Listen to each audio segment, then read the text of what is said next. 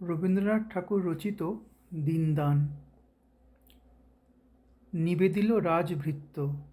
মহারাজ, বহু অনুনয় সাধুশ্রেষ্ঠ নরোত্তম তোমার সোনার দেবালয় নালয় আশ্রয় আজি পথপ্রান্তে তরুর ছায়াতলে করিছেন নাম সংকীর্তন।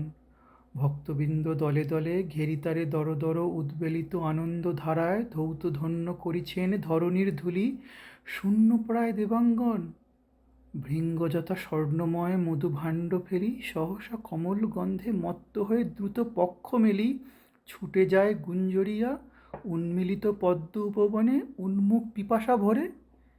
সেই মতো নরনারীগণে সোনার দেউল পানে নাতাকায় চলিয়াছে ছুটি, যেথায় পথের প্রান্তে ভক্তের হৃদয় পদ্ম ফুটি বিতরিছে স্বর্গের সৌরভ।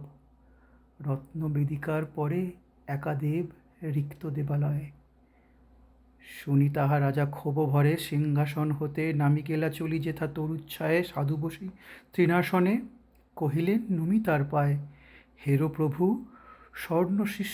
স্বর্ণ শীর্ষ নৃপতি নির্মিত নিকেতন অব্রভেদী দেবালয়, তারে কেন করিয়া বর্জন দেবতার স্তবগান গাহিতেছ পথপ্রান্তে বসে।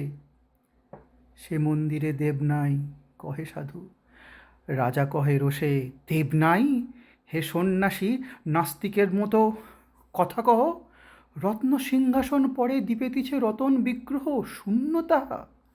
শূন্য নয়, রাজদম্ভে পূর্ণ। সাধু কহে, আপনায় স্থাপিয়াছ জগতের দেবতারে নহে।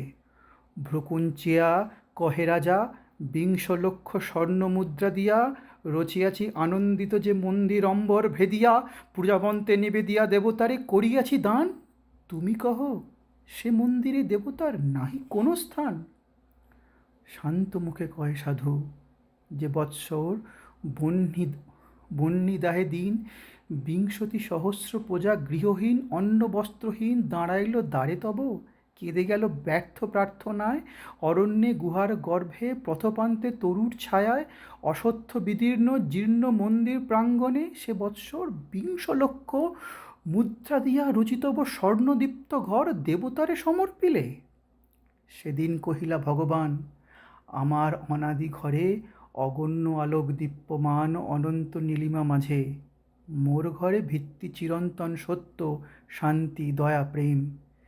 দীন শক্তি যে ক্ষুদ্র কৃপণ নাহি পারে গৃহ দিতে গৃহহীন নিজ প্রজাগণে, সে আমারে গৃহ করে দান।